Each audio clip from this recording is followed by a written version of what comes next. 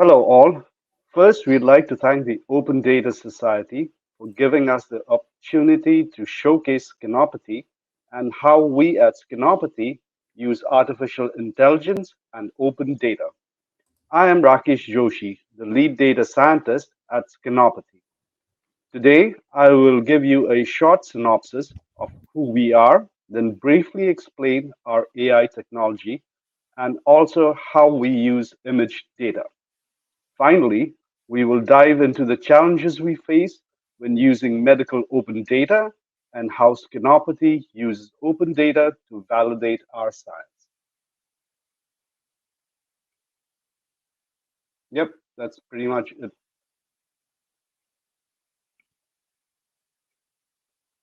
Skinopathy is a medical technology company that focuses on building dermatology platforms. These platforms are driven by artificial intelligence, digital automation, and real world data analytics. We are honored to have served over 7,000 patients since the inception of our services in early 2021. We are trusted by over 250 physicians who refer their patients to us, and we have grown to become a company with over 35 talented and driven employees. Next. Of course, all of this was only possible because of our partners. Our government partners, such as Industry Canada and the National Research Council, we also have been able to take our service and message to the community through the support of our NGO partners, such as the Canadian Skin Cancer Foundation and the Responsible AI Institute. Our allies in industry include partners like the Cosmetics Alliance Canada, and finally, our cutting edge technology would not have been possible without our academic partners, such as the Montreal Institute of Learning Algorithms at the University of Montreal and York University. Yep. Our technology is used by patients, physicians, as well as researchers. We provide our services via three core platforms. The first is our Get Skin Help platform, which consists of two components. The first component is a virtual platform, which allows patients to engage in initial or follow up virtual consults with our physicians with very little wait times. The second component is a mobile application which screens for eight skin lesion conditions using AI. These include cancers, and this allows the patients to schedule virtual appointments. This service is very patient centric and addresses the pain points of our patients. Our second platform is the Skinopathy Operating System or Skinopathy OS, which addresses physician pain points, and this can include medical administration tasks. Skinopathy OS is an intelligent alternative to the legacy electronic medical record systems, or EMRs, currently being used by physicians and hospitals. Our third core technology is Skin AI, which is embedded in the previously mentioned platforms. Skin AI also includes machine learning pipelines being developed and field tested for future skinopathy products. Next. Our Skin AI technology focuses on three areas in the skin condition space. First, we focus on skin lesions, including skin cancers like melanomas, basal cell carcinomas, and squamous cell carcinomas. Skin AI also focuses on predicting the severity of other skin conditions, such as acne. Secondly, Skin AI can track the evolution of various skin problems. Skin AI is being developed to predict burn severities as well as track healing. We can also provide recommendations for pathological wound treatments, such as for diabetic and pressure ulcers. Our research and development on the use of AI for skin lesion surgery, which highlighted our patent pending boundary mapping system, recently won an award at the AI Med conference in San Francisco. Next, sir. Our skin AI technologies are primarily image-based screening of skin conditions. Our technology not only predicts a skin condition from a mobile camera captured image, but can also segment the boundaries accurately, even better than experienced clinicians. This slide shows the award-winning lesion surgery pipeline. The skin AI model first recognizes and predicts the skin lesion using neural networks from a two-dimensional color picture taken from any mobile device. It then takes this information from the neural network and predicts the size and the boundaries of the lesion, which can then guide the surgery of cancerous lesions. Therefore, neural networks and computer vision are central to our products. Next, sir. Regardless of which skin condition the skin AI model addresses, well curated medical image data taken by mobile or SLR cameras is what fuels our technology.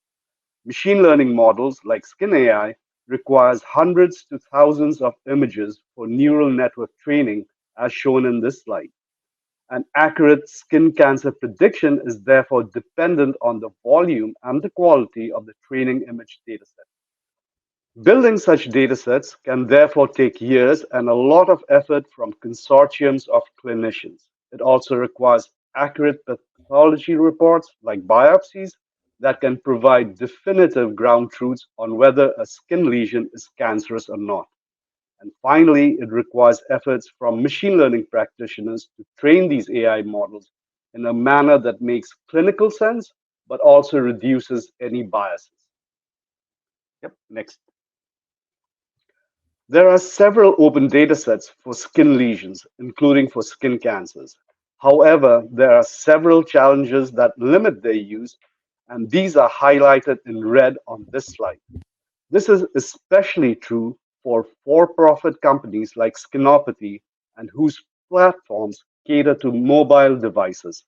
Skin AI technology is created to be used from mobile platforms and it uses camera images for training the models. The first limitation, therefore, of current open data is that most of them are of dermoscopic images. That is, a dermoscope, a device which enhances the magnification and also uses a light source, was used to capture these images.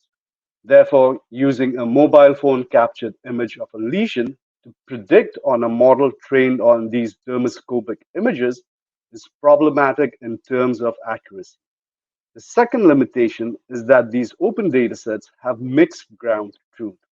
The gold standard for dermatology is biopsy proven labels for these images, especially when these lesions are cancerous. As we can see from the slide, more than half of these datasets only have a clinician or expert opinion assessments. This can be problematic when it comes to the confidence one has of skin cancer image labels. Moreover, most of these datasets do not have the required demographic data. Lastly, most of these datasets have non-commercial licenses with no clarity on commercial machine learning use, especially for training models. Yep, next one. Due to these limitations, we propose a concept that is based on transfer learning that will mitigate some of these limitations, which are primarily in place due to copyright and/or patient health information protection reasons. Non-commercial or closed image datasets can be used to train neural networks on medical image datasets, and the weights, or what's also referred to as the memory of the neural networks, can be provided to the public as weight repositories. This can be used for initiating model training. This way, the public user will not have direct access to the image dataset, but just to the trained graph weights and the necessary documentation. This will enable them to load this data to train their own models. Something similar is already in place when one uses Google's neural network architectures, which are already trained on the ImageNet dataset of common objects. Here we are proposing that a similar strategy be applied to medical datasets. Next.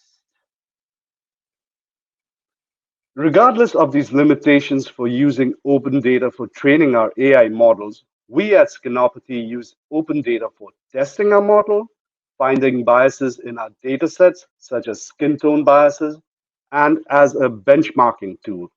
This slide illustrates one such way in which we test our algorithms that find the boundaries of skin cancers against a benchmark open dataset, the PH2 dataset.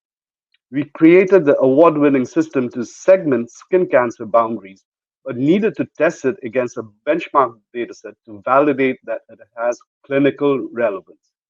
Before even conducting a small scale randomized trial with human subjects, open data such as the PH dataset for skin cancers allows us to compare our skin AI analysis to that done by a consortium of clinicians. This open dataset, both images as well as clinical analysis of lesion boundaries, allowed us to provide the first evidence that our skin AI is more precise in finding the irregular boundaries of cancerous lesion. Next.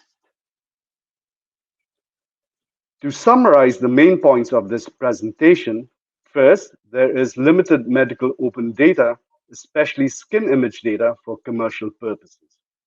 Secondly, Skinopathy is using curated open data as benchmarks for testing our algorithms.